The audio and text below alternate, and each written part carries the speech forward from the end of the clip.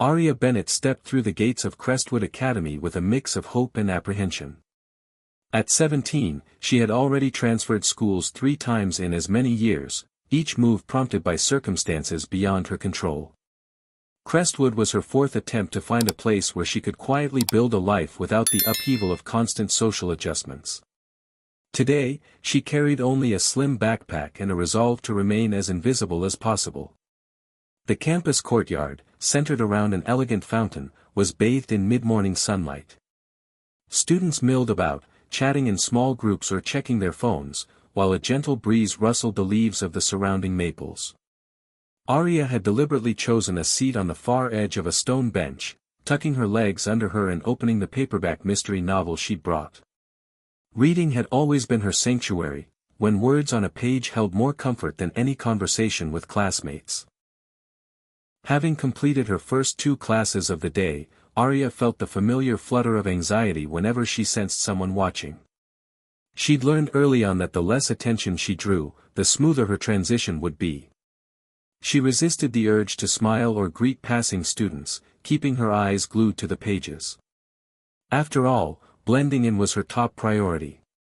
Crestwood's administration prided itself on its community spirit, with monthly mixers and club fairs designed to help new students integrate. Yet Aria quietly resolved to avoid these events. She'd seen too many peers become ensnared in cliques, only to be cast aside when the next social trend emerged. Instead, she'd focus on her studies and slip quietly into the background, an unremarkable presence among dozens of eager faces.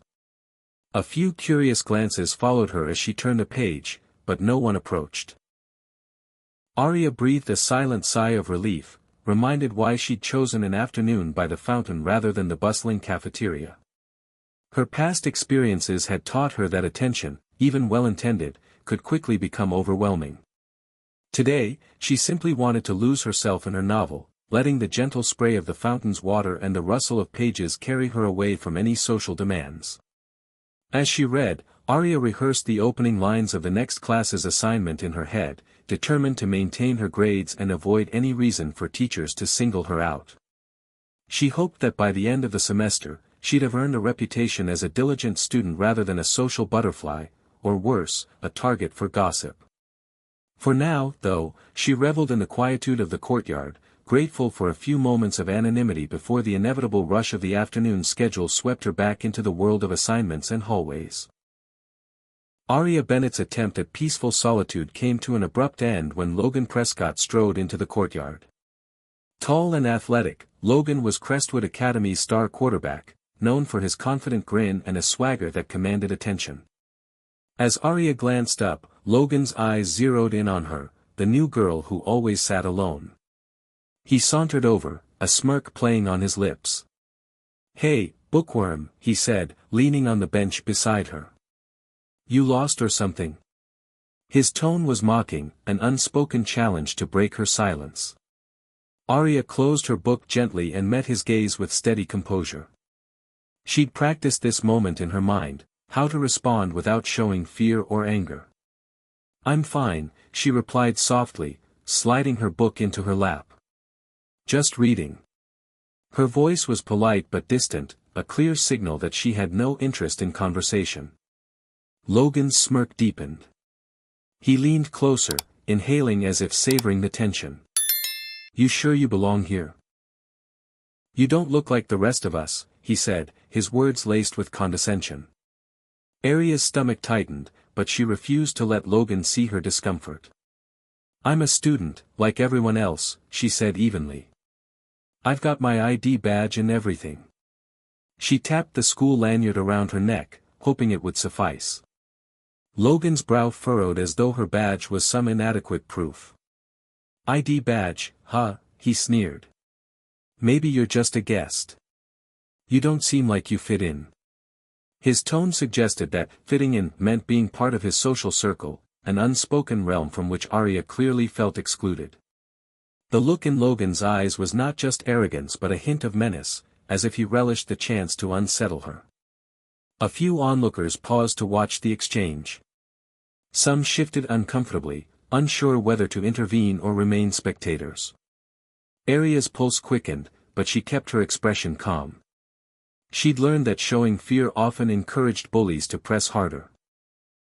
So instead, she took a slow, deliberate breath and maintained eye contact. Logan scoffed and stood up abruptly. "Whatever. Keep your secrets," he muttered, turning on his heel.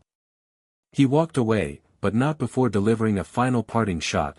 "Don't think you can hide here forever." With that, he strode off, leaving Arya alone once more. Her heart pounded as she watched him go, the echo of his words lingering in the afternoon air. Yet, despite the sting of his taunt, Arya felt a quiet surge of resolve.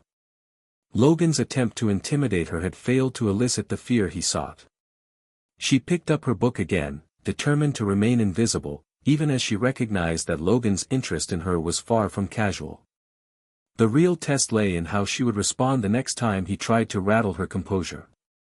The late afternoon sun had begun to dip behind the trees when Arya Bennett stepped out of the courtyard, eager to head home before the evening rush. She'd tucked her book into her backpack and walked with purpose, only to pause in surprise at the sight of a sleek black Mustang idling by the curb. The car's engine hummed softly, its polished chrome wheels gleaming. Before Arya could wonder whose ride it was, the door swung open and out stepped Victor Steele, a man whose presence carried unmistakable star quality. Tall, with a confident stride and a gentle smile, Victor wore casual but impeccably tailored clothes. He approached Arya with a fatherly warmth that felt both unexpected and comforting. "Hey, kiddo," Victor said, his deep voice resonating like a familiar melody. Arya's eyes widened, her heart pounding. She recognized him instantly from the posters in her room, Victor Steele, the legendary action star known for his roles in blockbuster films. For a moment, Arya could only stare. Victor chuckled softly. "You look like you could use a ride," he said, gesturing toward the car. "Hop in." Still in disbelief, Arya found herself moving forward. Once she was seated, Victor eased the car back onto the road, the engine's purr a pleasant contrast to the hum of traffic. Arya turned to him, her curiosity overwhelming any lingering nerves. "Mr. Steele." "I mean, Victor," she stammered. What are you doing here?" He glanced at her through the rearview mirror, eyes softening with pride. "I'm here because this is home," he explained. "I adopted you when you were very young." The words hit Arya like a wave. She recalled the small photograph of herself as a child with Victor, tucked away in a family album she barely remembered. It was a truth she'd buried, one she'd almost forgotten. Her voice caught. I didn't know." She tried to swallow the lump in her throat. Memories, faint but real, flashed through her mind, a hospital room, a kind smile, the feel of a large hand gently resting on her shoulder. She'd been too young to hold on to them, and her adoptive family had never spoken of it.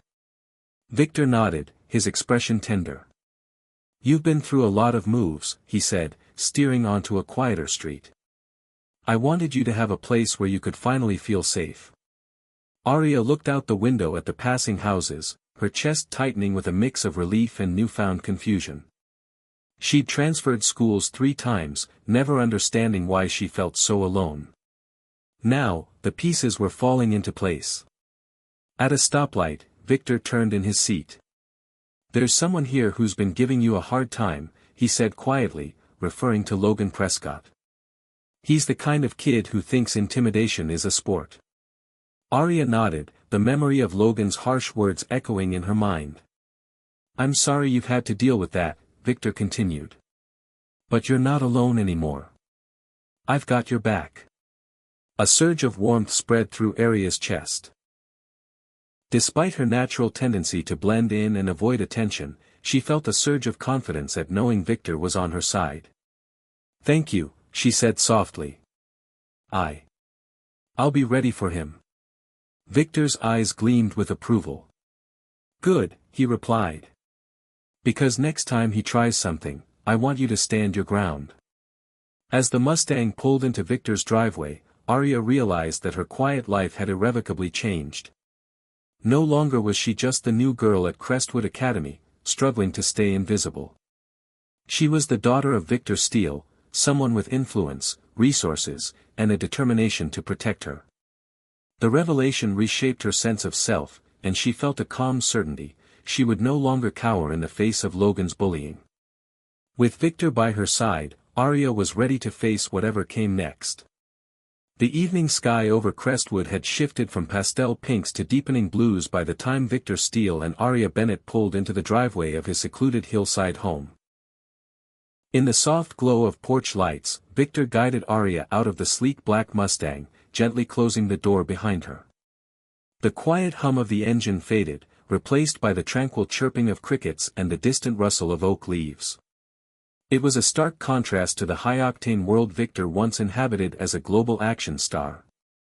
Inside the house, a cozy living room awaited, lined with shelves of movie memorabilia, golden statuettes, framed posters, and awards. Yet the centerpiece was a simple, unadorned love seat where Victor patted the cushion beside him. Arya sank into the seat, feeling the fabric's softness under her fingertips. Victor sat down next to her, resting an arm on the back of the couch in a gesture of reassurance. "You handled that hallway encounter well," Victor began, his tone warm yet serious. "Logan Prescott's bullying, he thrives on fear and intimidation. But you stood your ground." Arya glanced at him, her nerves still tingling from the day's events. "I just did what you told me. Stay calm, stay focused." She traced the edge of the cushion with her thumb. Victor nodded approvingly. "Exactly. Bullies rely on reactions: shock, fear, anger.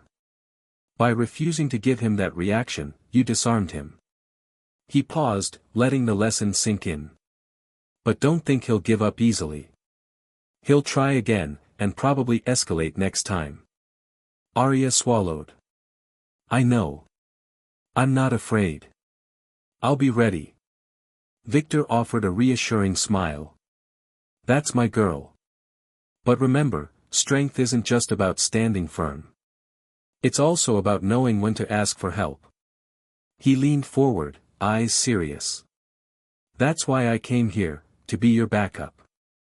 You're not alone in this." The sincerity in Victor's voice stirred something in Arya. Growing up, she'd often felt adrift, shuffling from school to school, reluctant to form attachments for fear of losing them. Now, here was someone who had made a lifelong commitment to her, someone whose very presence commanded respect. It bolstered her confidence in a way she'd never experienced.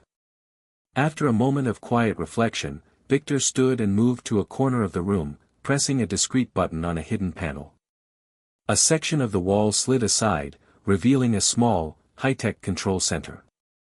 Monitors displayed live feeds from cameras placed strategically around the property, along the driveway, near the pool, and at the entrance to the courtyard. Victor flicked through the feeds, explaining each camera's placement and purpose.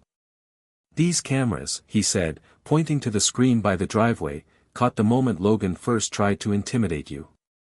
And this one," he switched to another feed, "will let us keep an eye on any suspicious activity near the school's courtyard fountain." Arya leaned forward, scanning the monitors. The clarity of the images was astonishing. Daylight scenes looked as crisp as photographs. "It's incredible," Arya murmured, impressed by the level of detail. Victor smiled.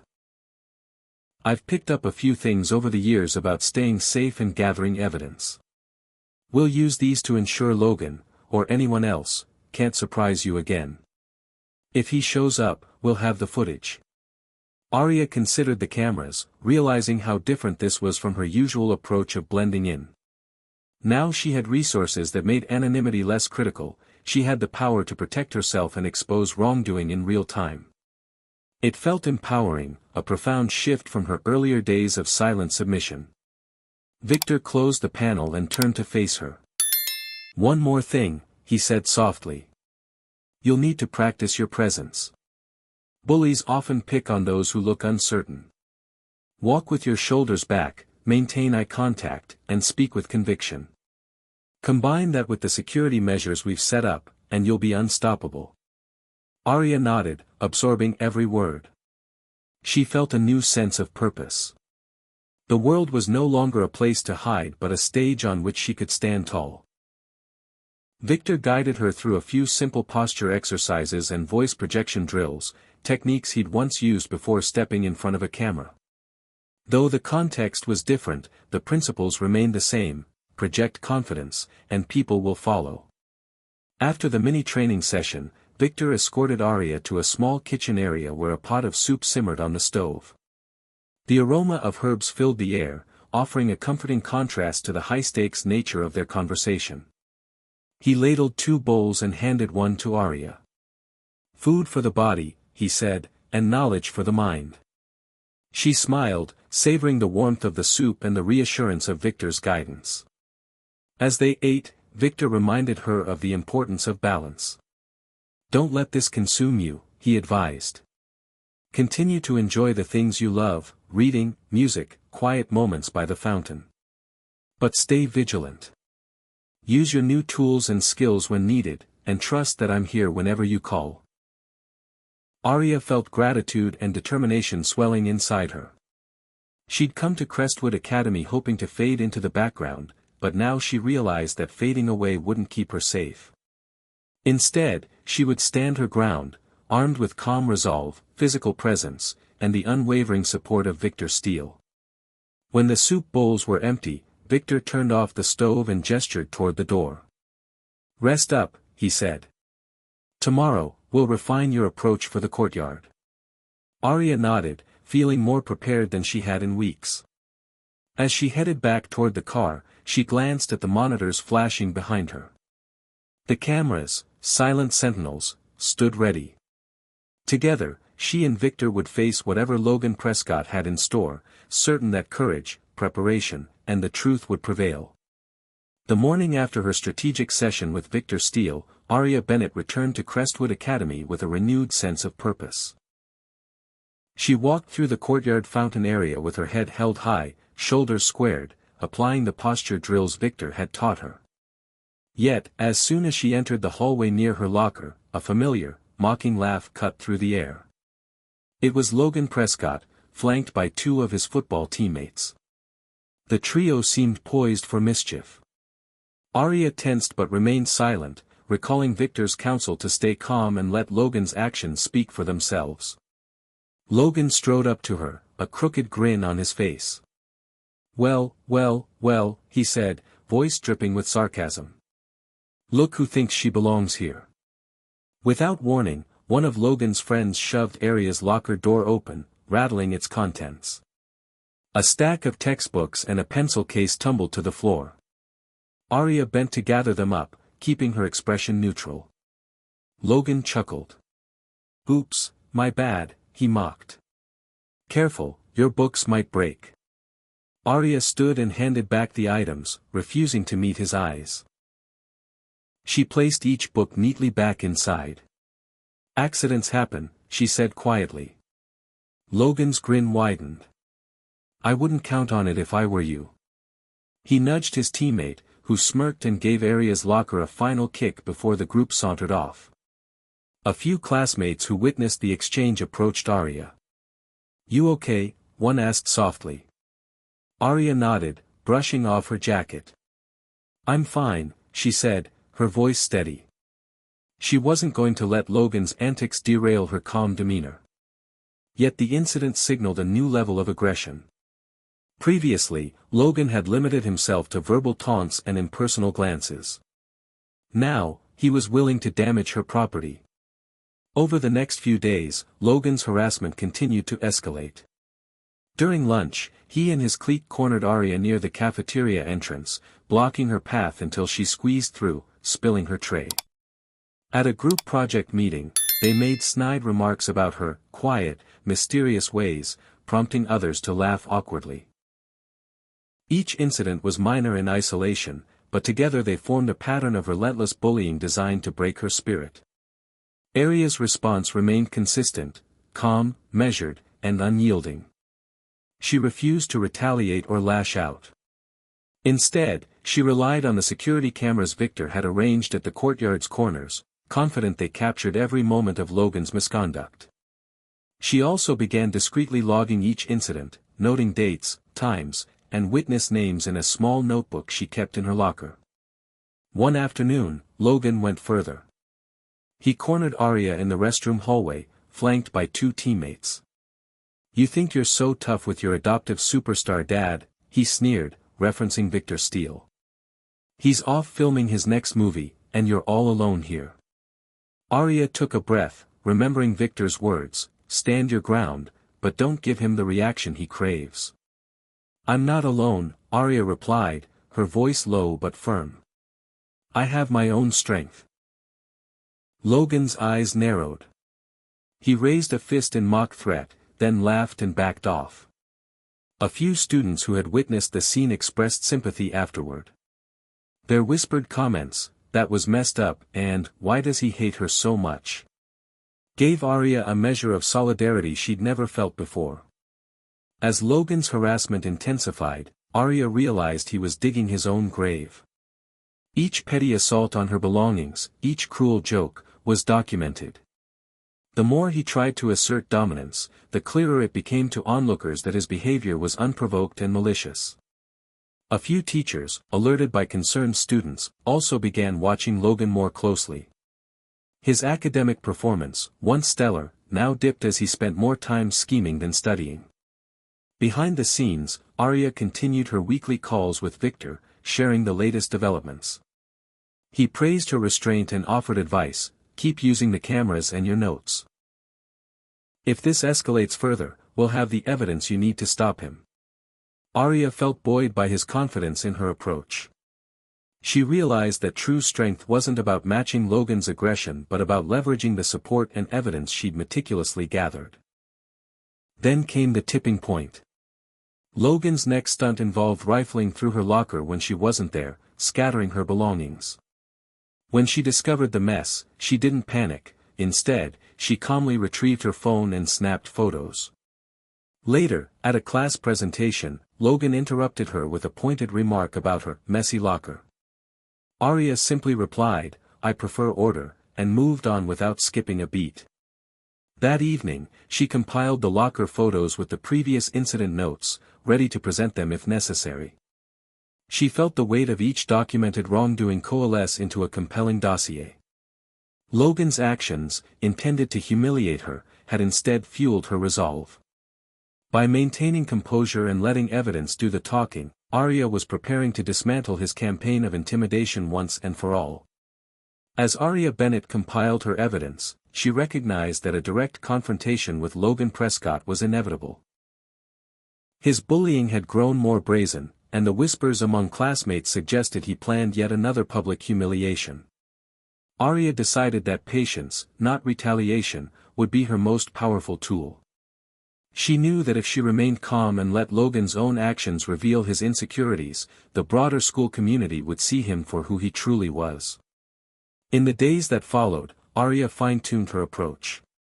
She arrived at Crestwood Academy early, positioning herself near the main entrance where security cameras recorded foot traffic. She took meticulous notes on Logan's comings and goings, as well as any comments he made to friends. She refrained from engaging him directly, instead focusing on cultivating genuine friendships with other students. Her warm smile and willingness to help on group projects earned her allies. Students who'd once viewed her as a loner now appreciated her steady presence. One afternoon, as Logan swaggered past her with a posse in tow, Arya didn't flinch.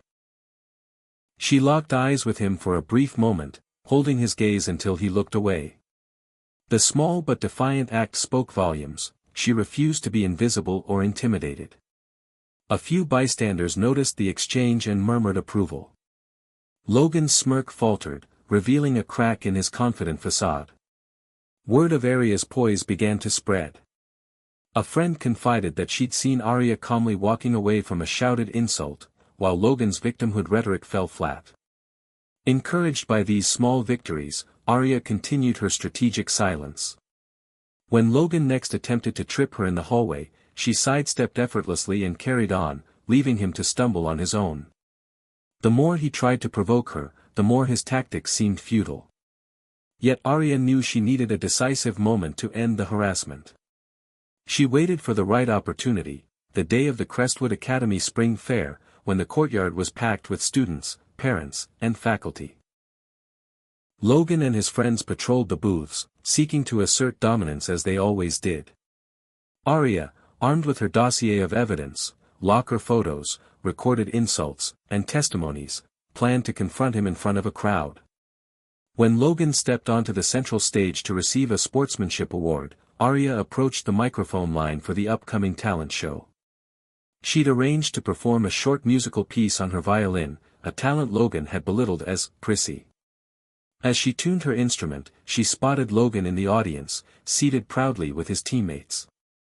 She felt the familiar flutter of nerves but recalled Victor Steele's words, "Courage is the quiet voice that says, I will try again tomorrow." Arya took a deep breath and began to play. The first notes rang out clear and confident, drawing attention. Logan's smirk faded as the melody, a poignant, classical piece, filled the air. The crowd fell silent, captivated by Arya's skill. Even Logan's friends looked impressed, some exchanging surprised glances. The music wove a spell, commanding respect in a way no harsh word could. As the final chord lingered, Arya stepped to the microphone and spoke directly to Logan, her voice carrying across the courtyard, "I've tolerated your insults and your attempts to intimidate me. But I have rights, just like you do. And I refuse to be defined by your fear." She paused, letting her words settle.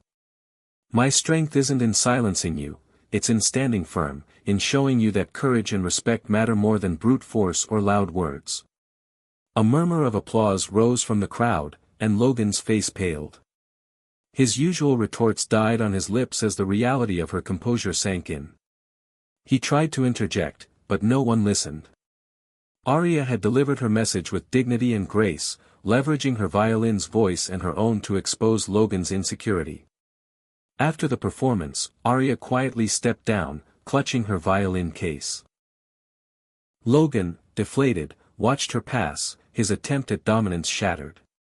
Some classmates approached Arya, offering congratulations, while others shot hesitant smiles at Logan, as if seeing him for the first time. Even a few teachers nodded approvingly, recognizing the power of her patient, strategic approach. In the days that followed, Logan's bullying ceased. Perhaps the spectacle had humbled him, or maybe he realized his tactics no longer worked. Regardless, the halls of Crestwood Academy regained a sense of peace. Arya's calculated patience and refusal to be provoked had not only protected her dignity but also shifted the social dynamic. Where fear once reigned, respect now took root, thanks to her unwavering resolve and her mastery of psychological strategy. A week after her stirring performance at the spring fair, Arya Bennett sensed the moment had come to deliver the final blow. Logan Prescott, once Crestwood Academy's untouchable star quarterback, now hovered on the fringes of the student body, his previous bravado dimmed. But Arya knew he still retained influence, his friendships could shield him if she didn't act decisively. During a quiet afternoon in the library, Arya accessed Logan's public social media feed, nothing suspicious there. Then, recalling how she'd covertly acquired access to the private messages he'd sent to teammates, thanks to a trusted tech-savvy friend, she prepared to present them at the upcoming HOA-sponsored Community Values Assembly. The board had invited students and parents to discuss bullying and school spirit. Arya's plan: expose Logan's cruel and racist private messages to underscore that his leadership built on fear had no place in their community. On the day of the assembly, the auditorium buzzed with polite chatter. Logan sat at the front, flanked by two teammates, radiating a fragile confidence. Arya, escorted by a school counselor, stepped to the podium. She cleared her throat and began by recapping the principle of respect they all valued at Crestwood Academy. Then, with calm authority, she displayed screenshots of Logan's messages, lines filled with slurs, demeaning jokes about classmates' appearances, and threats to ostracize anyone who didn't support him. Gasps rippled through the audience. Parents exchanged horrified glances, teachers whispered in shock. Logan's teammates squirmed, their expressions shifting from embarrassment to shame. Logan himself turned pale, his confident facade crumbling under the weight of his own words laid bare. A hush fell as Arya methodically explained each screenshot's context, highlighting how his cruelty was far worse than any locker prank or whispered insult. The board members, initially unsure how to proceed, found themselves nodding. The evidence was irrefutable. Logan's messages showed a pattern of racism and intimidation. One of the HOA representatives, normally reticent, stood and announced that Crestwood Academy would revoke Logan's privileges as team captain and implement mandatory sensitivity training for all student leaders. The audience erupted in applause, a powerful testament to how truth can dismantle false authority. Logan, tears in his eyes, tried to protest, but his voice was drowned out by the clamor. As the assembly ended, Arya stepped down, her heart pounding. She had not only defended herself but had also reclaimed the community's moral high ground. Logan's power, built on fear and bigotry, lay in ruins. In the aftermath of the Community Values Assembly, Crestwood Academy experienced a palpable shift. Where Logan Prescott's intimidating presence once cast a shadow, a sense of relief and unity blossomed. Students who had once felt pressured to side with the quarterback now spoke openly about the importance of respect and inclusivity. Logan himself, stripped of his captaincy and facing disciplinary action, retreated into quiet reflection. For Arya Bennett, the victory was both empowering and bittersweet. She'd chosen a path of patience and strategy, using her violin performance and careful documentation, to dismantle Logan's reign without stooping to violence or retaliation. As she walked the campus paths, she felt a renewed sense of purpose, to stand up for what was right, even when it meant exposing someone powerful. Teachers approached her with congratulatory smiles, acknowledging the courage it took to bring the private messages into public view. A few parents sent notes of appreciation, grateful that their children now learned firsthand that bullying and racism would not be tolerated. Arya's resolve to blend in had shifted into a commitment to speak out when injustice appeared, a transformation she embraced wholeheartedly. Meanwhile, Logan's circle of friends re-evaluated their own behavior. Some apologized to classmates they had ignored or belittled, others expressed embarrassment for having remained silent. The community's healing process unfolded in small but meaningful ways. Students organized a multicultural fair, celebrating diverse backgrounds. A new peer mentoring group formed to support students facing exclusion or prejudice. Amid these changes, Arya took time to visit the courtyard fountain where her journey had begun. She reflected on how a simple afternoon of reading had escalated into a dramatic showdown of wills. Yet, through it all, her calm persistence had prevailed. She smiled at the sight of the fountain's gentle flow, a reminder that even the smallest ripples can shape a broader tide. In private moments, Arya still felt the echoes of Logan's initial taunts. But those echoes now served as a testament to how far she'd come, from a student determined to stay invisible to someone recognized for her integrity and strength. Her next steps were clear.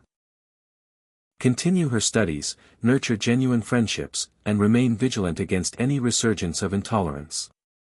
With newfound confidence, Arya understood that true victory lay not just in defeating a bully, but in fostering a community grounded in empathy and respect.